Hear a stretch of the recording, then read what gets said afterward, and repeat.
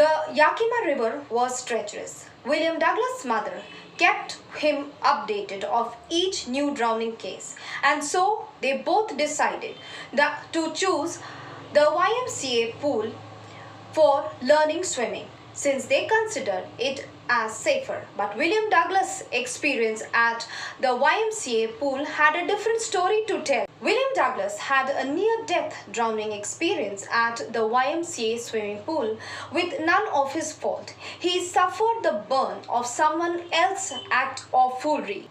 During the entire episode, he did not lose his wits, rather struggled hard to come to the surface of the water using a strategy of his own.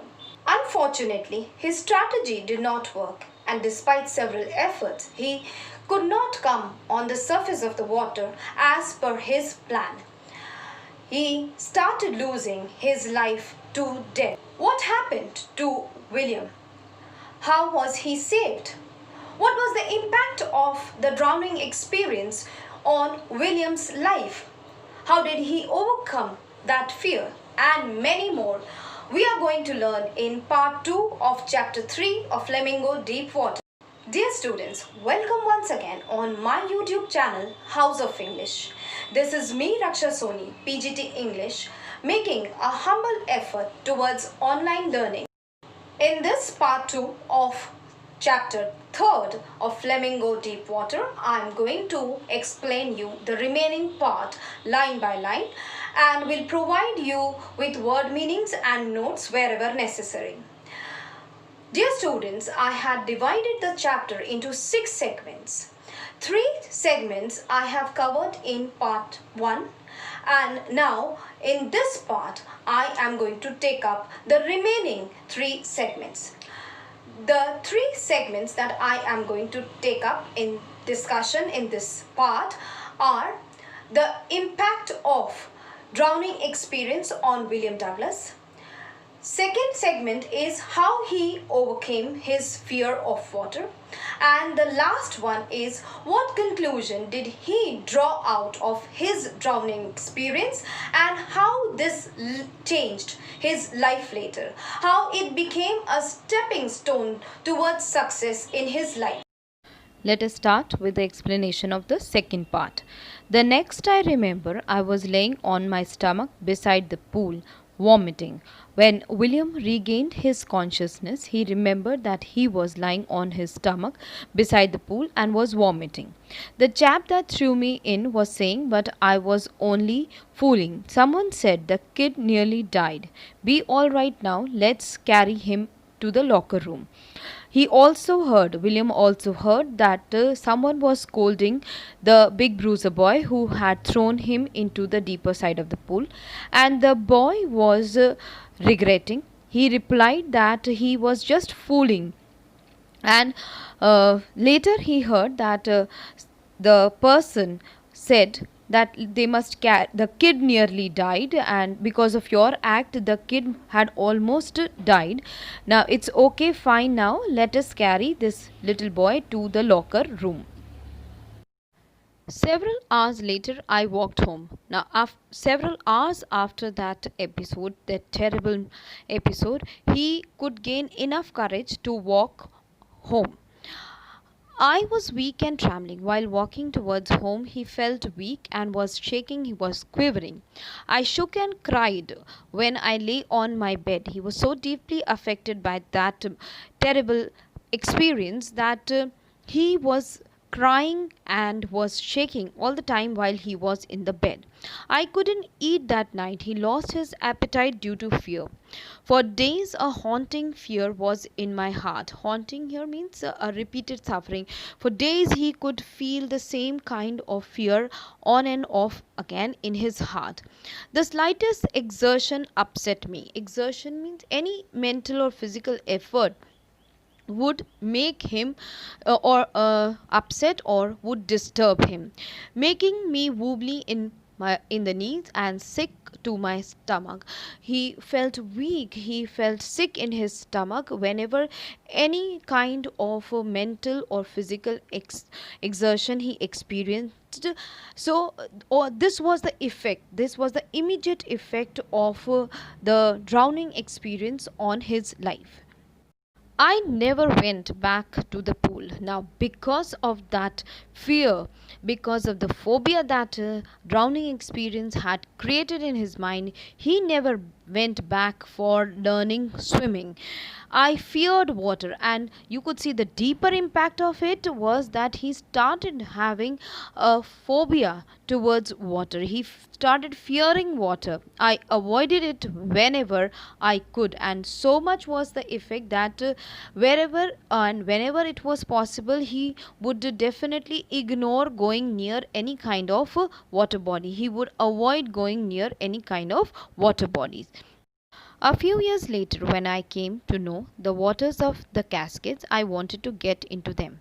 Waters of Cascade means the Cascade Rapids or the Cascades of Columbia. Columbia is a river and it drops at a height of 40 feet and it creates a very exciting adventurous water sports site and also good for fishing. So when he came to know about it, he wanted to get into them, and whenever I did, I whether I was wading the Titan or bumping river or bathing in warm lake of the goat rocks, the terror that had seized me in the pool would come back. Now whenever he did any kind of water activities like walking into the water, the wading activity or bathing or any kind of water related activity, the terror that he had experienced during the drowning episode would come and grab hold of him. It would take possession of me completely. So deep is that what fear that it would take him under its clutches, and resulting that my legs would become paralyzed. He would become totally inactive. His legs he could feel the paralyzing effect on his legs. Icy horror would grab my heart. Icy horror means petrifying terror would grab his heart. This handicap stayed with me as the years rolled by. As he grew, he could still experience the same kind of fear that he had experienced at the drowning incident, and it became a handicap for him. Handicap means some situation or a circumstance that holds you from making progress. So wherever any water related activity is concerned, he could not enjoy that one because of his fear.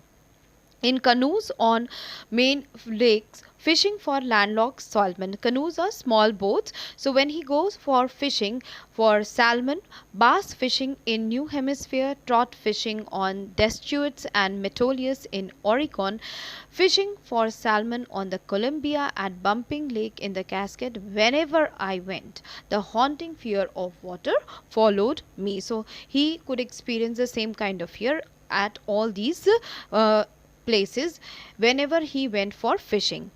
It ruined means destroyed my fishing trips, deprived me the joy of canoeing and boating and swimming. His fear of water destroyed his fishing trips and took away the delight of canoeing, boating, and swimming.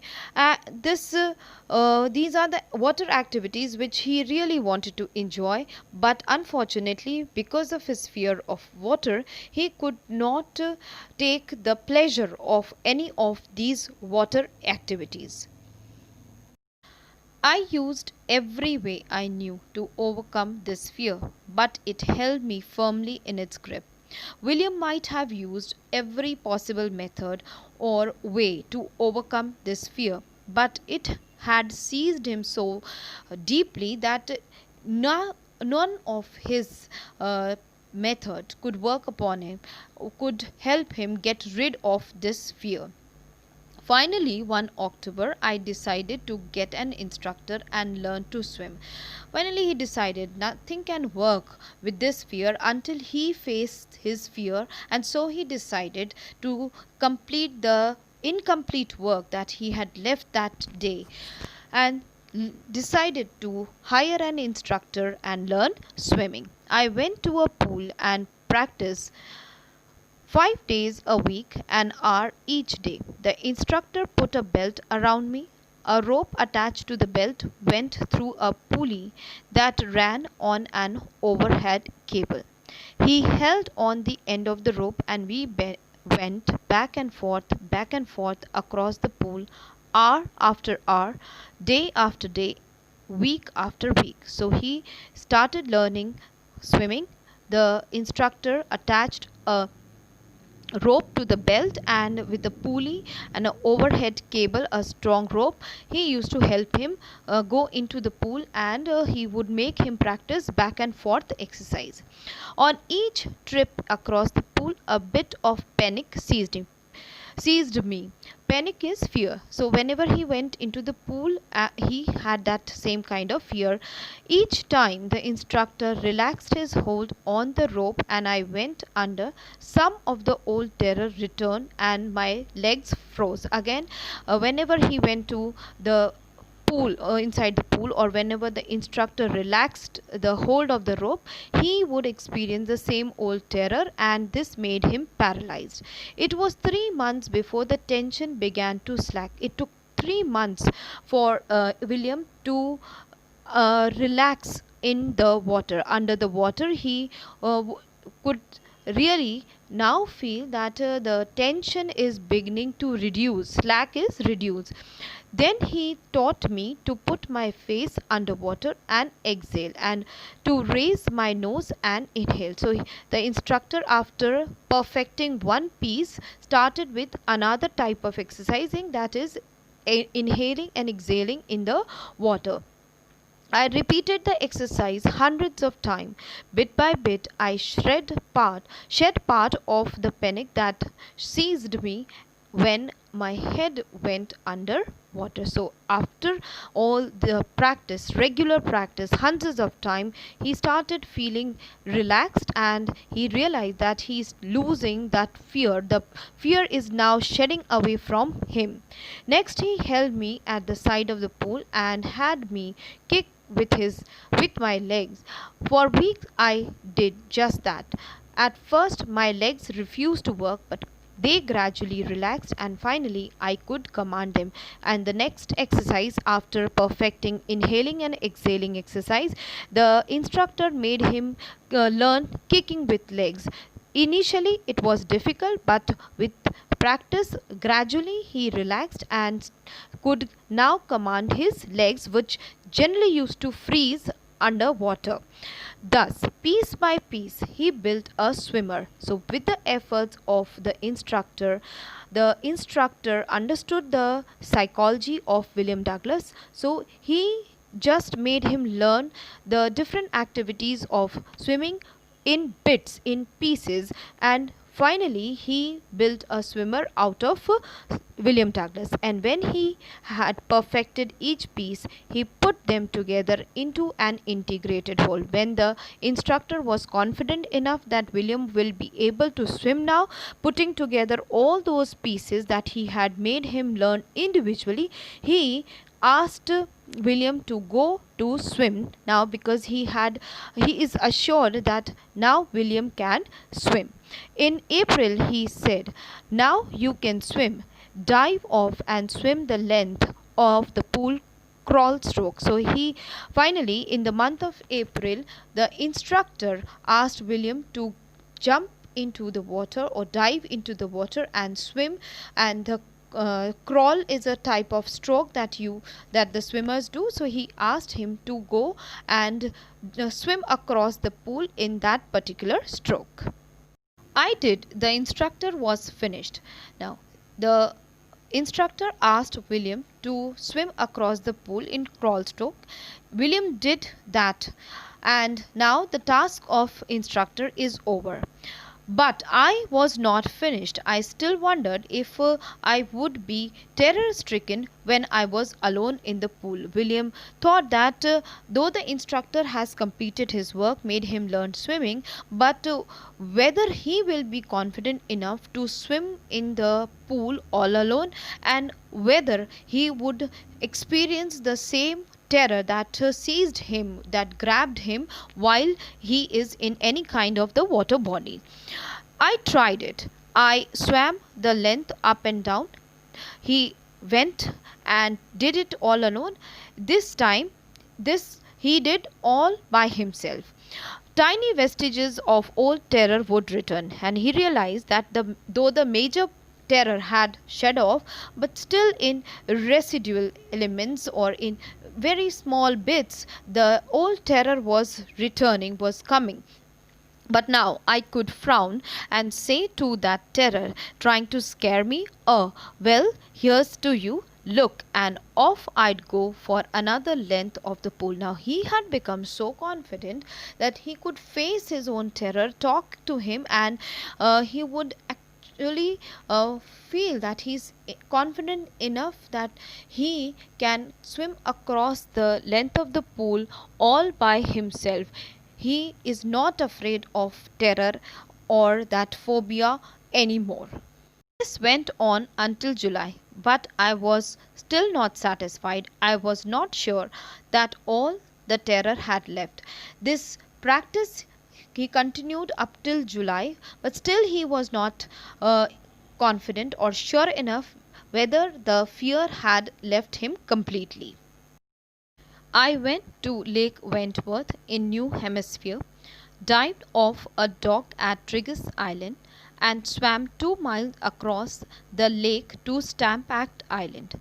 I swam the crawl, breaststroke, side stroke, and backstroke. So, in order to be doubly sure whether his fear has left him, he went to various water bodies and tested various strokes that he had learnt at the swimming pool by with the help of the instructor. He put into practice. Only once did the terror return. So only once he could feel that the same terror had come back to him. When I was in the middle of the lake, I put my face under and saw nothing but bottomless water. At that time, his old terror returned. The old sensation returned in miniature. It returned, but it was not icy horror. It was just a miniature, very, very small form of terror he could experience. I laughed. He laughed at the terror and said, "Well, Mr. Terror, what do you think you can do to me?" It fled and I swam on. So he faced the terror confidently, and because of his confidence, the terror never returned. Yet I had residual doubt. Still, he was having a little doubt whether he would be confident in various water bodies. At my first opportunity, I hurried west, went up the Titan to Conrad Meadows, up the Conrad Creek Trail to Mead Glacier, and camped in the high meadows by the side of warm lake. So he went to various places, various different places, to see whether the fear would return or not. The next morning I stripped, dived into the lake, and swam to the other shore and back, just as Du Corporon used to do. Du Corporon is the famous swimmer. He used to swim in various water bodies, in different water bodies. So similarly, William Douglas also practiced in various water bodies. I shouted with joy. The Gilbert Peak returned the echo. I had conquered my fear of water. He was so happy that he had been able to swim in different water bodies, in various water bodies, and none of the time his old fear returned, and so this made him ecstatic. He was extremely happy, joyful to see that he had finally overcome his fear. The experience had a deep meaning for me, as only those who have known stark terror and conquered it can appreciate. Now, this experience, the drowning experience, had a deep meaning into William Douglas' life, and you could see that when he was fighting against his fear, he used to put him to various tests. He did not just rely on the instructor or the confidence given by the instructor. He gained his own confidence, and so he is now able to conclude the conclusion I was talking about, that how this terror has brought a different meaning into his life, has taught him so much, and only those people can appreciate his efforts, those who have really experienced that. In death there is peace. This is a very important conclusion he drew, that there is always peace in death. The fear is in the struggle. When you are facing or seeing your death, only at that time you face the fear. There is terror only in the fear of death. As Roosevelt knew when he said, all we have to fear is fear itself. Now, Roosevelt, who was a close friend of William Douglas, and he might had experienced something similar to what was William's experience, he could understand well that there is peace in death. The fear lies only in the fear, or the terror lies only in the fear of death. And this is why he says that generally people fear the fear itself, and that is mostly self created fear of the people. Because I had experienced both the sensation of dying and the terror that fear of it can produce, the will to live somehow grew in intensity. William Douglas finally concludes that because he had encountered his death, and he had lived the terror, the fear of that death can produce in people, he says that the desire to live life to the fullest has now grown too much in him. At last I felt released, free to walk the trails and climb the peaks and to brush aside fear. Finally, after he had conquered his fear, he felt relieved. He felt that some burden has been removed from him. He felt that he is now free to walk the paths of and climb the peaks of success in his life. He could brush aside fear, he could remove any kind of fear with his confidence, the newly gained confidence that he had achieved because of his own determination and strong will.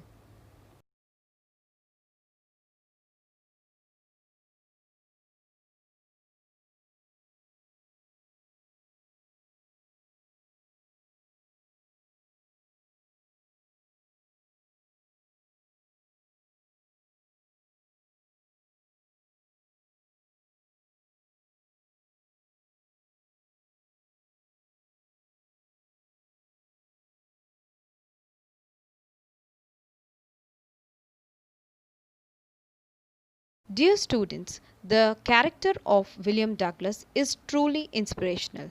His strong will, his determination, steadfastness of the purpose, and grit leaves a lasting impression on the minds of the readers.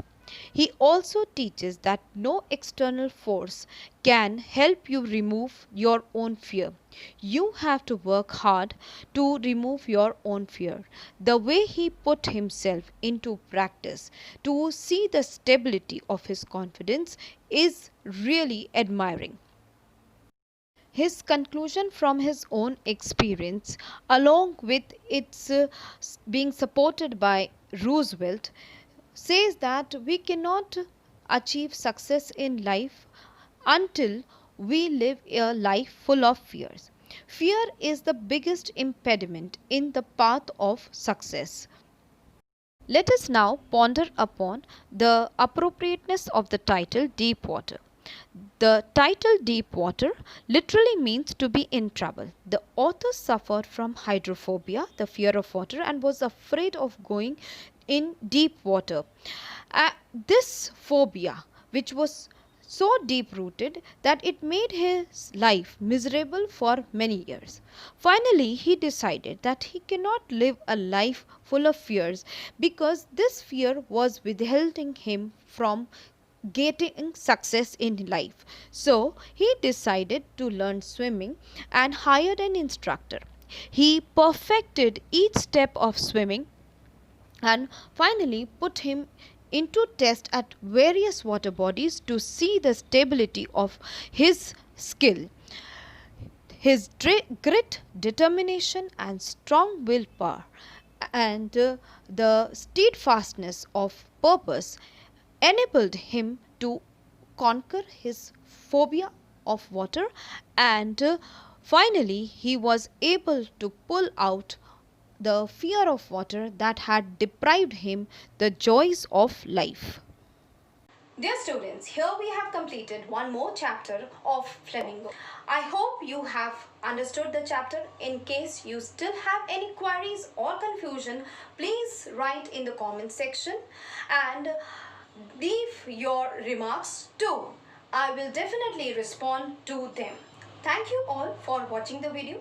Stay tuned and stay safe.